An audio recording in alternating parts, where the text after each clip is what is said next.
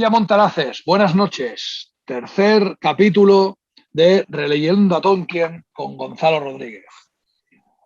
Hoy hemos atacado el retorno del rey.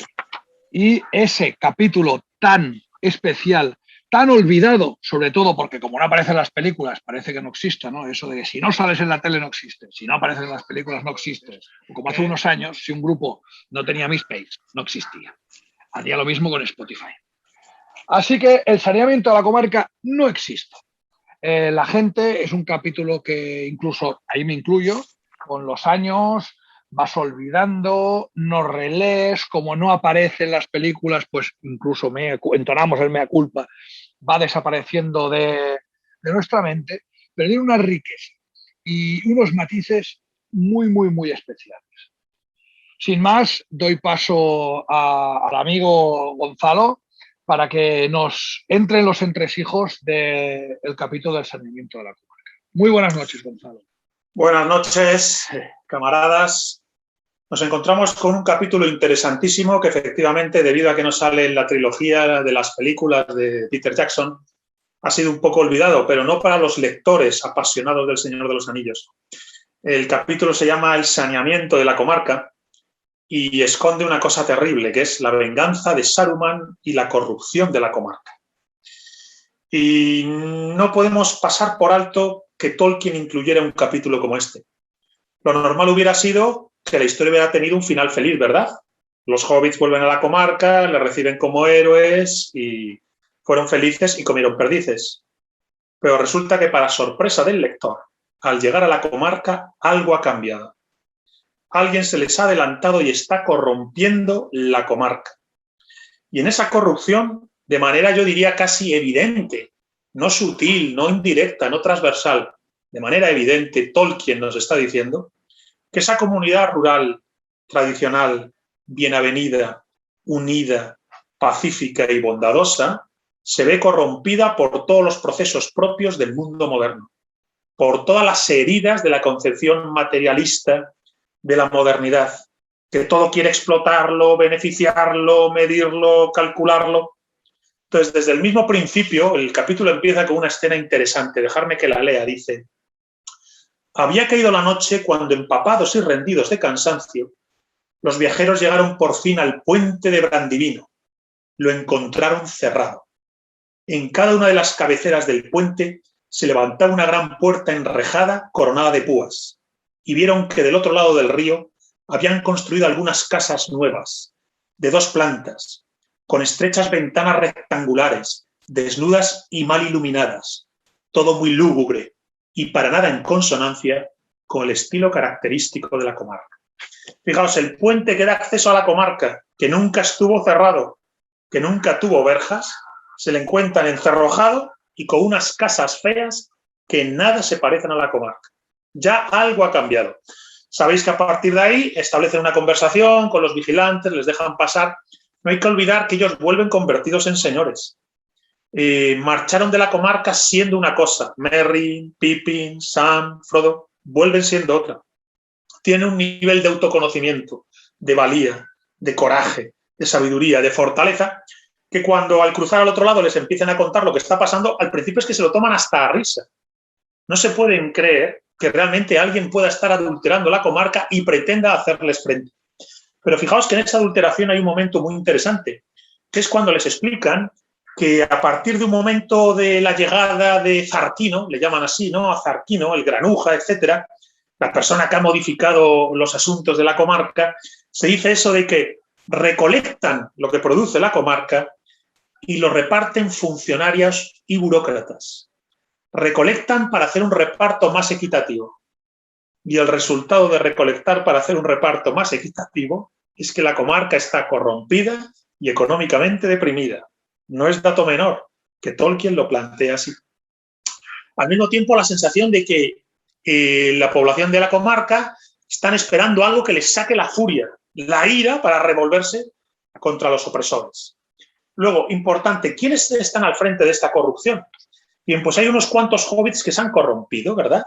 Hay algunos cuantos hobbits que se han pasado del lado de ese Zarquino, de ese granuja, le llaman de distintas maneras, pero lo que tiene a su cargo son eso que Tolkien siempre señala en sus obras, como aliados del mal, que son los hombres vulgares de piel cetrina, rufianes arrogantes.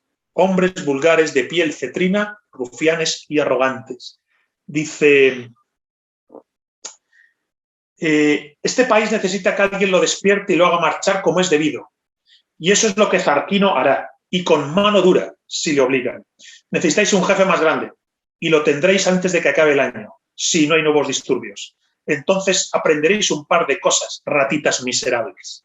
Así habla uno de estos hombres vulgares al portador del anillo y sus compañeros. Fijaos, este país necesita un jefe que lo organice. Aquí estáis hechos unos vagos. Vamos a trabajar, os vamos a poner en orden y os vamos a poner a hacer las cosas. Y entonces es cuando dice, aquello colmó la paciencia de Pippin. Pensó en el campo de Cormabel y que había un rufián de mirada oblicua que se atrevía a tildar de renacuajo presumido al portador del anillo, a Frodo. Sabéis que es entonces cuando Merry y Pippin cargan contra estos hombres cetrinos, se los quitan de medio. Es decir, vienen desde fuera, crecidos por la aventura del anillo, y se encuentran con que va a ser eso que han aprendido, lo que les va a permitir salvar la comarca de la amenaza que ha caído sobre ella. Fijaos que va a haber otra escena muy interesante, donde se habla de los destrozos que se pretenden hacer en la comarca. Dice, la gente de la comarca ha vivido tan cómoda y tranquila durante tanto tiempo que no sabe qué hacer. Sin embargo, una chispa bastará para encender los ánimos. Los protagonistas del Señor de los Anillos están llamados a ser esa chispa. Pero hay más. Dicen, están hablando de cómo uno de los hobbits que está corrompido se ha pasado al lado del tal Zarquino y maneja el puente y ahí trituran el grano y tal. Dice, la idea de Granujo, que es el malo, era moler más y más rápido. Tiene otros molinos semejantes, pero para moler se necesita grano y para el molino nuevo no había más grano que para el viejo. Pero desde que llegó Zarquino ya ni siquiera muelen. No hacen más que martillar y martillar y echan humo y un olor. Dice, ya no hay más tranquilidad en Hobbiton, ni siquiera de noche. Y tiran inmundicias adrede. Han infestado todo el curso inferior del agua, que es el río principal de la comarca. Y ya empieza a bajar al Brandimbino. Si lo que se propone es convertir la comarca en un desierto, no podían haber buscado un camino mejor. Fijaos qué frase. Todo el proceso de destrucción industrial, técnica, de ciencia y raciocinio materialista que no le debe nada a las leyes del espíritu y que Saruman había aplicado en Isengard, es lo que Zarquino, que no es otro que el propio Saruman vengándose de los hobbits, está aplicando en la comarca. Porque aquí lo que ha pasado es que perdonaron la vida a Saruman, recordarlo. En la película no sale, ¿verdad? En la película no sale. Y Saruman, aunque le han perdonado la vida, miserable pero vengativo, busca la comarca, busca Hobbiton y se las apaña para corromper la comarca y corromper Hobbiton mediante un proceso de modernización, industrialización, con reglas aparentemente racionalistas de recolección, reparto, moler. Fijaos que dice, no, necesitáis un jefe que os ponga en orden. Aquí en la comarca no estáis haciendo las cosas bien. La vida tradicional y comunitaria, que no se basaba en la codicia y en la producción, que no se basaba en la producción constante y sin parar de bienes, esa comarca se ve corrompida precisamente por lo contrario, por el culto, por decirlo así, al oro y al trabajo. ¿Entendéis? Es decir, el trabajo, el machacar la realidad material, el mundo natural y obtener riqueza en un círculo vicioso autodestructivo. Bueno, nuestros amigos van a liderar la revuelta. Sam, Frodo, Merry, Pippin van a liderar la revuelta. Van a conseguir que muchos hobbits se pongan de su lado, se armen y luchen contra los hombres cetrinos en una batalla que será legendaria a partir de ese momento. La batalla, que no recuerdo ahora el nombre, la teníamos por aquí, ¿verdad? Un segundito. La batalla del agua, exacto, la batalla del agua. Es la batalla legendaria en la que llega a morir algún hobbit, matan a algunos de estos hombres cetrinos, derrotan al ejército de rufianes. Siempre se les describe así como rufianes, es decir, hombres corruptos, malvados, egocéntricos, vulgares, son los siervos de Saruman. Entonces derrotan a este ejército de rufianes y ya se enfrentan a Saruman. Y el encuentro entre Saruman y Frodo es interesantísimo. Yo creo que es uno de esos momentos que realmente es terrible de leer. porque se retrata la maldad de Saruman. Entonces dice, Saruman volvió a reír. Dice, cuando sus instrumentos dejan de servirle, los deja a un lado, pero vosotros tenéis que seguir pendientes de él, fanfarraneando y perdiendo el tiempo, y volviendo por un camino 2 veces más largo que el necesario. Bien, pensé, si son tan estúpidos, llegaré antes y les daré una lección. Esto les está diciendo Saruman a los hobbits, que se han desviado porque han estado con Gandalf haciendo cosas, han vuelto sin prisas a la comarca, han querido ir despidiéndose en el camino de una serie de personas y demás. Entonces dice, una mano lava la otra, dice Saruman. La lección habría sido más dura si me hubierais dado un poco más de tiempo y más hombres. De todos modos, pude hacer muchas cosas que os será difícil reparar o deshacer en vuestra vida. Y será un placer para mí pensarlo y resarcirme así de las injurias que he recibido. O sea, Saruman aposta, va a destruir la inocencia y pureza de la comarca.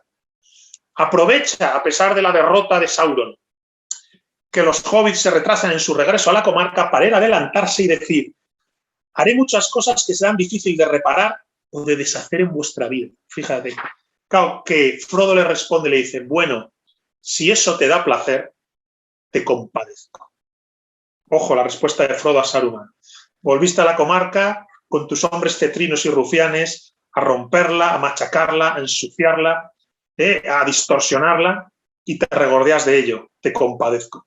Es entonces cuando se arrojan sobre Saruman y le pretenden matar, porque Saruman ya es un viejo debilitado, ha perdido completamente su poder, solo tiene quizás el poder de su maldad, pero físicamente y mágicamente ya no es capaz de hacer frente físicamente a nadie, entonces le intenta matar el propio Sam. Frodo lo evita, dice, no lo mates ni aun ahora. Dice, en todo caso no deseo verlo morir de esta manera inocua. En un tiempo fue grande y de una noble raza, contra la que nunca nos hubiéramos atrevido a levantar las manos. Ha caído, y devolverle la paz y la salud no está a nuestro alcance, mas yo le perdonaría la vida con la esperanza de que algún día pueda recobrarlas. Fijaos, está diciendo Frodo, que era de la raza más elevada, el más alto de los Istari, el más alto de los magos, recordad que llegan 3 magos, ¿verdad? Gandalf, Radagast y Saruman. El más poderoso es Saruman. Dice, jamás nos hubiéramos atrevido a levantar la mano contra él. Tan bajo ha caído que ahora Sam, un humilde hobbit, se enfrenta a él y le quiere matar por sus crueldades y sus maldades. Y entonces, frente a esta reacción de compasión y de caridad de Frodo, Saruman levanta y clava los ojos en Frodo. Dice, tenía una mirada extraña, mezcla de admiración, respeto y odio. Fijaos cómo Saruman reacciona a la caridad profunda, a la compasión profunda de Frodo. Le mira con una mezcla de admiración, respeto y odio y dice, has crecido, mediano, has crecido mucho, eres sabio y cruel. Me has privado de la dulzura de mi venganza y en adelante mi vida será un camino de amargura, sabiendo que debo mi vida a tu clemencia. La odio tanto como te odio a ti. Bien, me voy y no te atormentaré más, mas no esperes de mí que te desee salud o una vida larga. No tendrás ni una ni otra. Pero eso no es obra mía. Yo solo ya te lo auguro. Fijaos qué frase de cómo la maldad demoníaca, ¿verdad? De alguien que se autocondena y porque le perdonan la vida, odia su propia vida y al que se lo ha perdonado.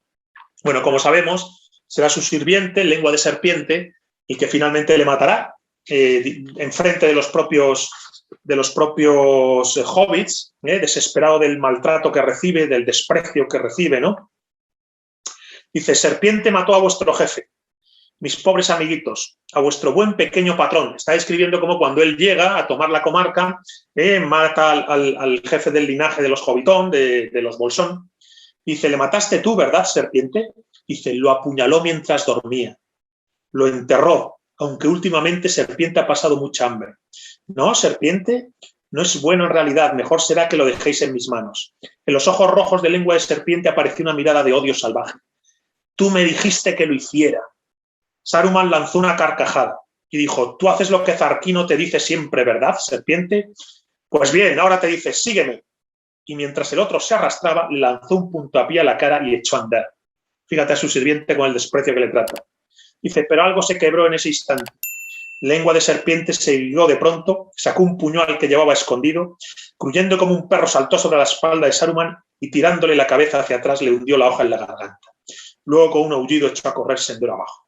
Antes de que Frodo hubiese podido recobrarse ni pronunciar una sola palabra, 3 arcos hobbits silbaron en el aire y Lengua de serpiente se desplomó sin vida. Vaya historia. Lengua de serpiente, siervo machacado por la tiranía y el despotismo de Saruman, es quien le acaba cortando el cuello después de que Frodo le haya perdonado la vida. Todo el capítulo completo está lleno de matices de esta índole, es una pasada. La venganza de Saruman solo se basa en querer corromper la pureza y la inocencia de la comarca.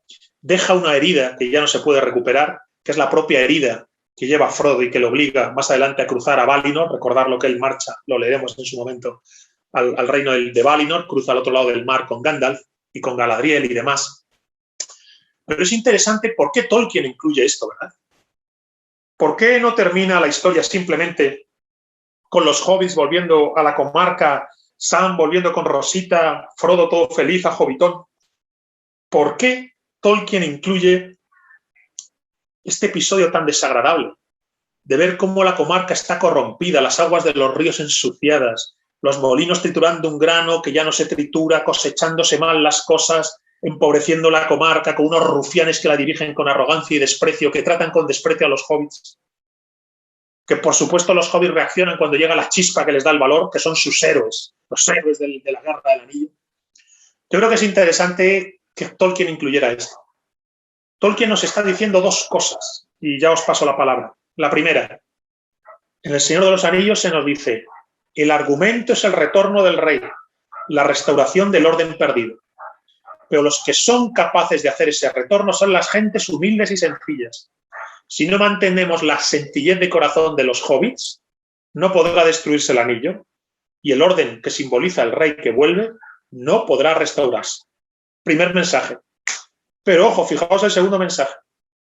Si se corrompe la comarca, estamos perdidos.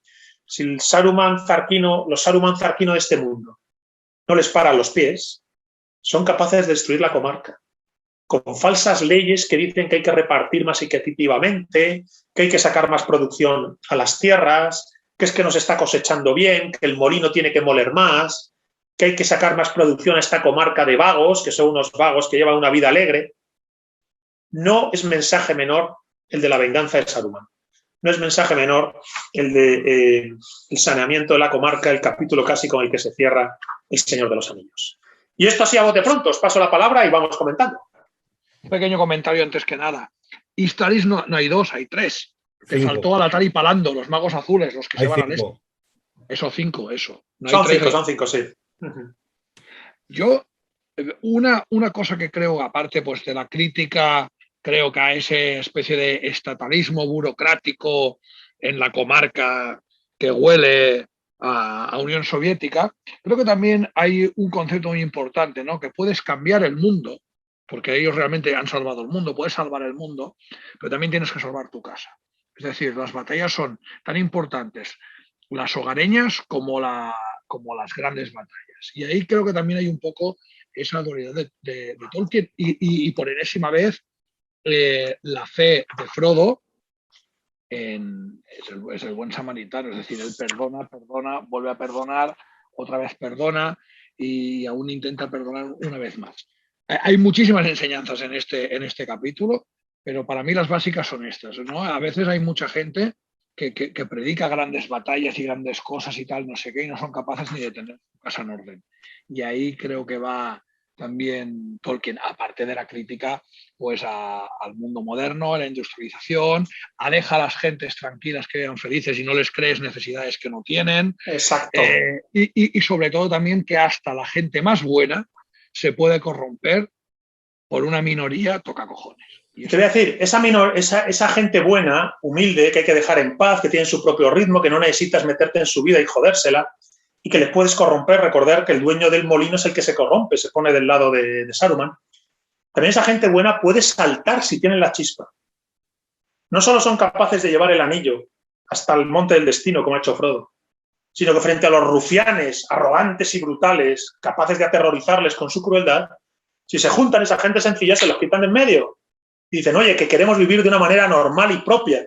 Fíjate que hay un momento en que uno de los granjeros rebeldes, el granjero Coto, que se hace amigo rápidamente de Merry y Pippin y con sus hijos se apunta a la revuelta, es el primero que se apunta a la rebelión, tiene un enfrentamiento con uno de estos rufianes y le dice, este no es tu país y aquí no te queremos.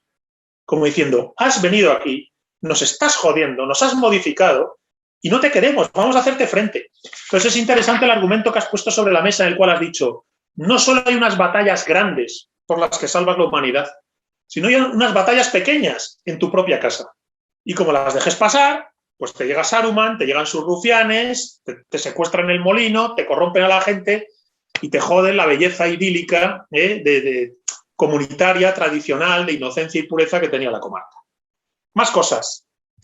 Yo de este capítulo saco dos cosas como ejes centrales del capítulo en sí. El primero es que es necesario porque si bien Frodo y Sam son héroes por derecho propio, han recorrido 2 libros, bueno, más de la mitad del camino en solitario y han hecho el ataque de la fuerza de voluntad y han ido a destruirlo, Merry y Pippin siempre han quedado a la sombra del resto de arquetipos. Y aquí, en este capítulo, ellos se resarcen haciendo de héroes por derecho propio. Cosa que antes pues, quedaban eclipsados por Eowyn, quedaban eclipsados por Aragorn, por Boromir. Aquí quizá es cuando ellos pueden destacar. Y luego también la dualidad que hay de las vivencias. Claro, Sam y Frodo han hecho un trabajo de fuerza de voluntad llevando el anillo a destruirlo, evitando siempre ser detectados y evitando siempre ser corrompidos. Sin embargo, Merry y Pippin, que lo hablaba ayer con el señor Cangrejo, han visto la crueldad de la guerra. Ellos han visto lo que es el vivir y morir por la espada. Ellos han tenido una historia diferente. Y en todo el capítulo hay una dualidad en la que Frodo y Sam quieren salvar la comarca, pero evitando la violencia, y Merry y Pippin no es que les guste, pero saben que la van a tener que utilizar.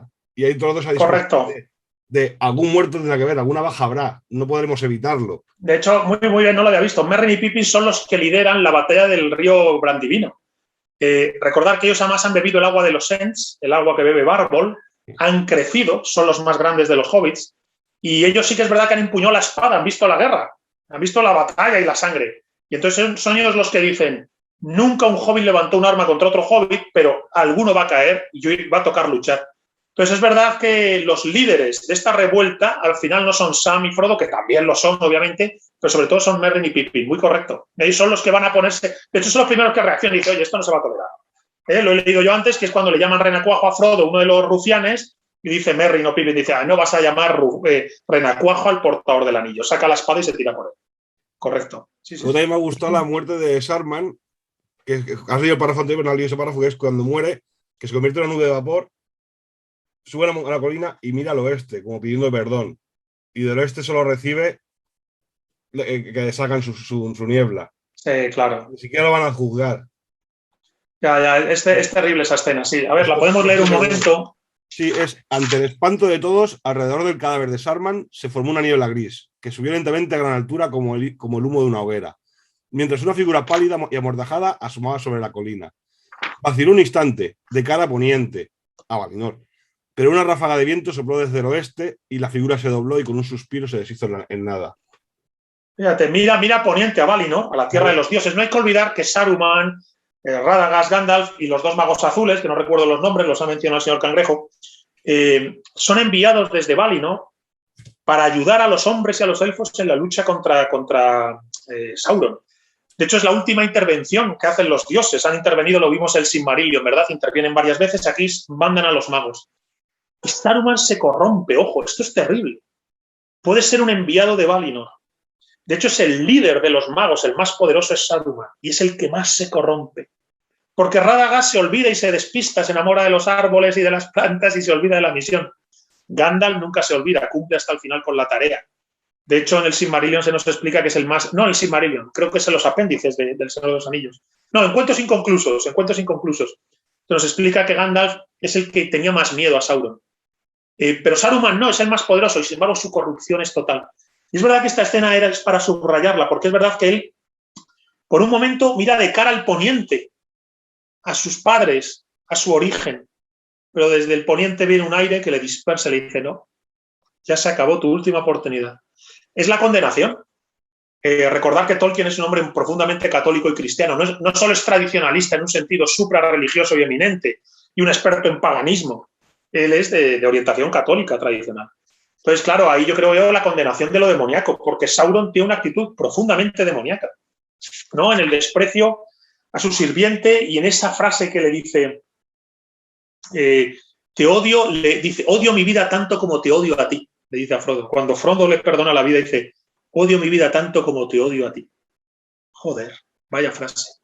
Entonces, creo que ahí es correcto hablar de la condenación demoníaca, de quien de manera, no sé, cerril, luciferina, se afirma en su propia corrupción hasta el final. Como le pasó a Melkor, recordar en Silmarillion, que es el verdadero Lucifer de esta historia, como le ocurre a Sauron, que podría haber sido uno de los grandes Maiar, supongo, y como le va a pasar a Saruman, que es el Istari más poderoso y se corrompe. Y es que el tema de la corrupción es importante, ¿verdad? En toda la Tierra Media lo hemos visto hablando del Silmarillion, lo hemos visto aquí, cómo el mal no puede crear nada. El mal no es una entidad, es un proceso de distancia respecto del ser profundo de las cosas. Quien se distancia y corrompe su ser íntimo genera el mal. O sea, el mal es un proceso de corrupción, no es una entidad que lucha contra el bien, sino es una corrupción de aquello que podría haber llegado a ser en plenitud y se convierte justo en su contraimagen. Recordar que los orcos en su origen son elfos torturados y machacados hasta el punto que se envilecen y se convierten en orcos. Lo decíamos el Silmarillion, y eso es lo que más había molestado a Eru y Ilúvatar. De todas las maldades que hizo Melkor, la más terrible, según el Silmarillion, para Eru y Ilúvatar, el creador, habría sido el convertir a los elfos a base de torturas en orcos. Joder, solo de pensarlo es escalofriante. Más cosas. Yo quería comentar una imagen, es que ahora estaba buscando el texto, pero no sé encontrarlo, y es que cuando les obligan a trabajar en el molino, al final, cuando ya sí están moliendo, al final la frase es pican con el martillo. O sea, ya pican por picar, ya no hay nada que moler, pero la corrupción les lleva a seguir picando. Esto fue una de las, al principio, que me ha llamado mucho la atención de cuando absorbe el mal, al final crea una máquina, y esta máquina funciona sola. Y luego, sobre todo, lo que habéis comentado muy bien de la imagen de los héroes, de que al final el rey que regresa, los héroes que regresan, que son los que han luchado, los que han visto la muerte, los que han visto morir a los otros, a sus compañeros, son los que salvan a sus congéneres. Claro, mira, aquí hablando de esto, fíjate, dice, ¿hacer qué? Dijo Pippin, ¿no? Están explicando la situación, lo que ha pasado. Dice, ¿qué hay que hacer? Dice, sublevar toda la comarca, dice Merry. Ahora, despertar a todo el mundo. Y dice, odian todo esto, los hobbits, dice, odian todo lo que está ocurriendo, es evidente. Dice, todos excepto tal vez 1 o 2 bribones y unos pocos imbéciles que quieren sentirse importantes, pero en realidad no entienden nada de lo que está pasando. La gente de la comarca ha vivido tan cómoda y tranquila durante tanto tiempo que no sabe qué hacer. Sin embargo, una chispa bastará para encender los ánimos. Joder, qué bien lo ve, ¿verdad? Han vivido tanto tiempo tranquilamente en esa comunidad articulada, ordenada, donde ni la codicia, ni la ira, ni la sensualidad desordenada han tenido lugar. Y sin embargo llega la codicia, la ira, la arrogancia, la soberbia, la sensualidad vulgar de los hombres cetrinos, ¿no? Que están repanchingados en el abandono y les describe que están tirados como cerdos en una piara, ¿verdad?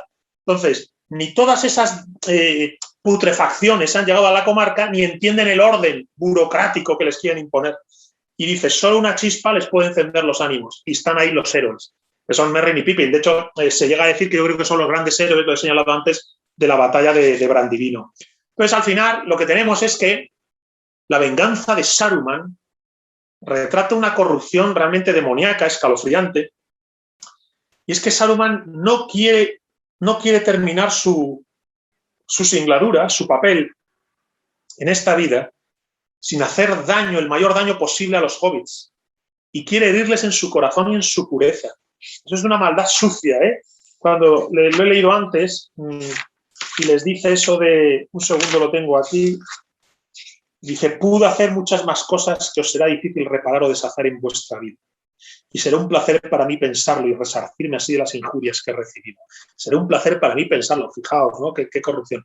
Entonces, es interesante cómo se retrata la maldad de Saruman, la pureza de la comarca y como ya hemos mencionado, oye, es que la comarca hay que defenderla también, las cosas pequeñas no son las guerras grandes, y como los héroes que vuelven de la Guerra del Anillo son los que han empuñado la espada y han estado en la batalla, los que dicen, a veces hay una vía que es la de la abnegación, la vía de la abnegación, que es la vía de Frodo y Sam, y hay otra vía que es la del combate, donde Merry y Pippin dice, hay que levantarse contra este desastre. Entonces, la verdad es que yo creo que hay que subrayar que Tolkien podría haberse ahorrado este capítulo, ¿verdad? Podría haber terminado, como hemos dicho antes, bueno, volvieron felices y comieron perdices. No, no hay felicidad al volver. La batalla no ha terminado. Y quien no protege su comarca también la pierde. Entonces, la batalla grande, como ha dicho el señor Cangrejo, pero ojo también, la batalla chica. Más cosas. Pues yo tengo aquí anotado una escenita donde se retrata mínimamente la historia de amor que me encanta entre Rosita y Sam. ¿Os habéis fijado cómo la cuenta? Hola Sam, dijo Rosita, ¿por dónde has andado? Decían que habías muerto, pero yo te he estado esperando desde la primavera. Tú no tenías mucha prisa, ¿no es cierto? Tal vez no, respondió Sam sonrojándose, pero ahora sí la tengo. Nos estamos ocupando de los bandidos y tengo que volver con el señor Frodo. Pero quise venir a echar un vistazo y ver cómo estaba la señora Coto y tú, Rosita. No se han olvidado de su amor durante todo ese tiempo, se han estado esperando. Dice, bueno, vete, dijo Rosita. Si has estado cuidando al señor Frodo todo este tiempo, ¿cómo se te ocurre dejarlo solo ahora?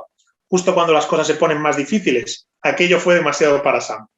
O necesitaba una semana para contestarle o no le decía nada. Bajó los escalones y volvió a montar en el pony. Pero en el momento en que se disponía a partir, Rosita llegó corriendo. Luces muy bien, Sam, dijo, vete ahora, pero cuídate y vuelve en cuanto hayas arreglado cuentas con los bandidos. ¿Has visto que le dice? Qué guapo estás, luces muy bien. Cuídate, arregla las cuentas con los bandidos y vuelve pronto. Las historias de amor sencillas y puras que parece que ya no van a existir nunca más, ¿no? Parece que en esta sociedad las historias de amor basadas en la sencillez y la pureza entre un Sam y una Rosita, maldita sea, convendría a veces en una historia de amor todos poder ser un poquito Rosita y un poquito Sam, ¿verdad? ¿No os parece? ¿No hay otro? Dime. Realmente, Gonzalo, piénsalo y viene a aquí el libro de Ana Iris Simón. Es el amor de tus abuelos. Total, exacto. Exacto, qué bien lo has traído, es verdad. Es el amor de los abuelos de Ana Iris en feria, exacto. Punto. Ese estilo de amor sencillo, puro, básico, que no tiene mochila detrás, que no tiene historias detrás, que se conocieron, se quisieron y ya está. Y esa fue su apuesta. Eso es lo que ha desaparecido del mundo. Eran capaces de irse 4 o 5 años a la guerra y seguir prometidos y no pasaba nada. Y no pasaba nada. Ahora las parejas en un verano, si no se ven, dicen, bueno, pues ya en el verano lo dejamos. No voy a perder la oportunidad de tener rollo. Sí, es así. No voy a tener la oportunidad, si estoy en el Tinder, de si en el verano no te veo, no quedar con otra. Así la verdad es que hay una pureza en la historia de amor de Rosita y Sam que a mí me encanta. Entonces, a mí, fíjate también la manera que tiene. El otro día me enteré que hay un tío en Twitter, debe ser, creo que fue en Twitter, que echaba pestes del Señor de los Anillos. Decía que era un libro reaccionario, facha, ¿os podéis imaginar? Y decía, además es un libro sin sensualidad. Dice, ¿qué protagonistas son esos que no hablan de sexo y no follan? Ojo, en Twitter, criticando el Señor de los Anillos, decían, ¿qué protagonistas son esos que no follan? Y yo me quedé así y dije, vaya, pues, como Rodrigo Díaz de Vivar y Doña Jimena en el Cantar de Miocid, que no follan, amigo, aunque entendemos que seguro que follan como leones cuando estén juntos. Pero lo único que se destaca es el amor que se tienen y cómo llora desconsolado el Cid cuando parte al destierro y se despide de su mujer y de sus hijas. O sea, fíjate la corrupción de sociedad que tenemos, es que no hay sexo en Señor de los Anillos. Yo no sé si quieren que nos cuenten en una escenita cómo follan Sam y Rosita, que me importa un bledo. Si es que eso no me lo tienen que contar. Prefiero que me digan que Rosita sale corriendo y le dice, luces muy bien, Sam, vete ahora, pero cuídate y vuelve en cuanto hayas arreglado cuentas con los bandidos. Me cago en la leche. ¿Qué razón tiene Ana Iris Simón en feria? Porque eso es lo importante. Esto es como el amor de Aragorn y Arwen.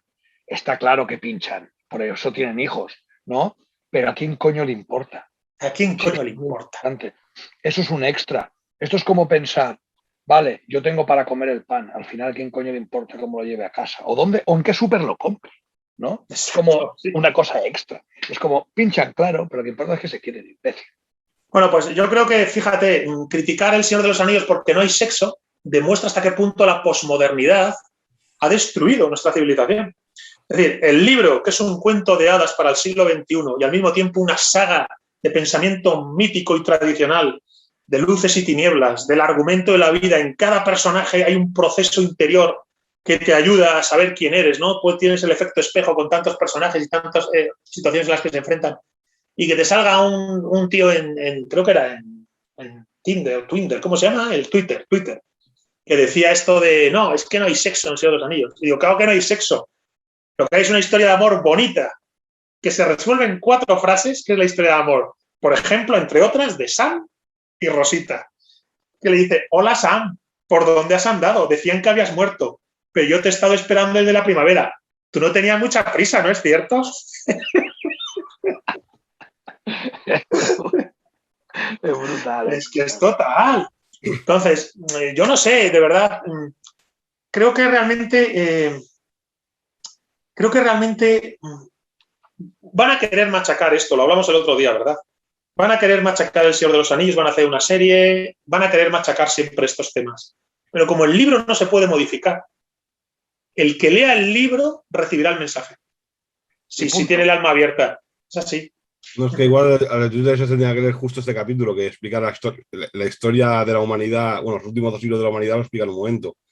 Una cultura tradicional y sencilla, de repente un tipo se pone a trapichear vendiendo hierba de la comarca, empieza a llegar gente y empieza el capitalismo y la explotación, y después llega la posmodernidad. Incluso está todo lleno de chivatos y no te puedes fiar ni con quién hablas.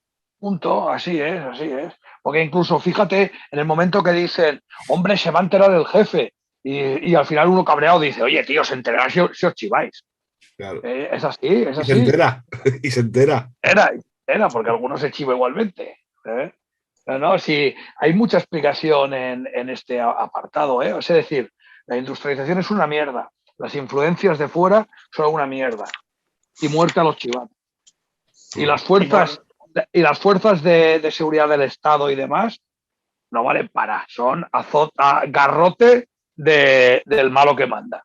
Claro, porque aquí quien estaba guardando el orden establecido son esos hombres cetrinos, ¿verdad? O sea, los que en teoría le dicen, es que aquí no necesitáis un jefe, necesitáis que os pongan en orden. Esas fuerzas del orden en realidad son un instrumento de imposición y machaque de la población sencilla de la comarca. Pero los propios oficiales hobbits también lo son. Él habla de los hobbits que hay un segundo. No olvidemos, Yo estaba hablando de los hobbits que son oficiales, que sí, que enseguida se rebelan. Eso sí que se rebelan. Pero con la pluma han estado dando por saco a base de bien, Pero fíjate lo que dice, ha dicho antes, me parece que era Merrin cuando ha dicho, algunos tontos que se sienten importantes. Sí. Fíjate, una sociedad en la que no hay anhelo de destacar, en la comarca no hay anhelo de destacar. A algunos le da una palmadita en la espalda y dicen, vas a ser oficial y vas a vigilar el puente. Y se lo creen. En lugar de decir, ¿yo qué hago vigilando puentes ni leches? Si simplemente soy un feliz hobbit con mi propia vida de hobbit. Yo por eso lo hemos hablado otras veces. Un argumento fundamental de la saga entera del Señor de los Anillos es que cada uno en su foro interno tiene que salvar su pequeña célula hobbit. Todos tenemos que tener algo de Gandalf. Todos tenemos que tener algo de Aragorn, el sabio y el héroe, ¿verdad? Pero como perdamos la chispa hobbit, estamos perdidos. De verdad, totalmente. Entonces yo creo que uno de los tesoros literarios que aporta toda la saga del Señor de los Anillos es que, por supuesto que habrá un mago Merlín, que es Gandalf, el guardián de la tradición y de la sabiduría. Por supuesto que habrá unos Aragorn y unos Montaraces, los guerreros que se han juramentado y nunca se rendirán. Pero como falten los hobbits o se corrompe la comarca, no se destruye el anillo y además la pureza se pierde. Así que cada uno en su foro interior tiene que, en su vida y en su alma, guardar su comarca, guardar su alma hobbit, no perder esta pureza y esta sencillez. Y si es necesario un día ser como Merlin y Pippin y alzarse, alzarse. Y mejor las historias de amor de Sam y Rosita que las historias de amor del posmoderneo, el Twinder, el Tinder, el Totre y su puta madre. Que quede claro. El First Date. Y el First Date. O sea, compárame la historia de amor de Sam y Rosita con el puto First Date, maldita sea. Querrán corromper El Señor de los Anillos, querrán corromper la obra de Tolkien, pero si, mientras se puedan leer los libros, siempre habrá gente de sensibilidad tradicionalista antimoderna que dirá, a mí no me la coláis. Hay que luchar contra Sauron y a Zarquino Saruman hay que echarle a patadas de la comarca. Hay una cosa muy importante. Tú has dicho que jamás olvidemos el hobby que llevamos dentro. Por tanto, jamás nos olvidemos del buen comer, de las siestas, del estar pegado a la naturaleza, del querer a nuestros vecinos, de beber, de fumar, de reír, de bailar y de pasarlo de puta madre. De hacer comunidad, exacto, claro. Te pasas el puto día cabreado. Si te pasas el día, esto es una mierda, esto no sé qué, te mueres. No dejes que el pequeño hobbit juerguista fumador de hierba que hay en ti sea vencido. Oye, esa frase vamos a subrayarla. Que el alegre bebedor de cerveza, fumador de hierba, hobbit que hay en ti, que siempre está de buen humor, no se corrompa, no estés todo el día enfadado, sé como un alegre hobbit, maldita sea. Yo creo que a Sauron le jode eso especialmente, que los hobbits mantengan la alegría y que lo primero que hagan después de la batalla de Brandivino es una celebración. Qué bueno, sí. Mira, habría que mirar de hacer algo, ¿no? Como una frase hecha que dijera algo así como beben el dragón verde, quiere a Rosita y fuma hierba del Valle Largo. Oye, yo creo que está bien eso, ¿eh? Normal. Podrías decir, unas pintas en el dragón verde, hierba de Valle Largo y un besazo y un abrazo con Rosita. Y una chuchón con Rosita. No, una chuchón, que es mejor. Una chuchón con Rosita.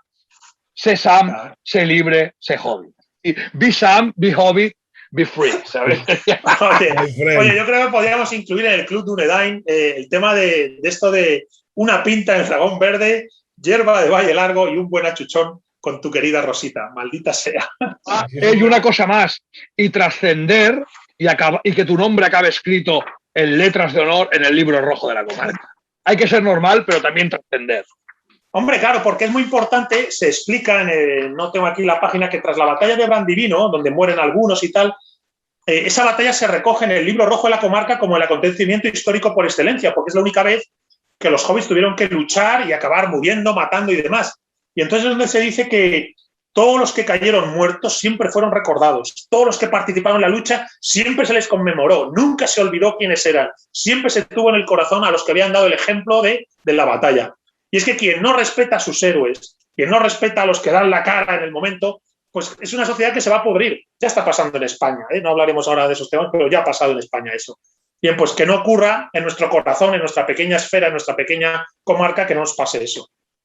No, y aquí se había que aprender la lista de los Reyes Godos, que es la lista de los que participaron en la batalla también. Sí. Es como, ¿cómo se llama esto?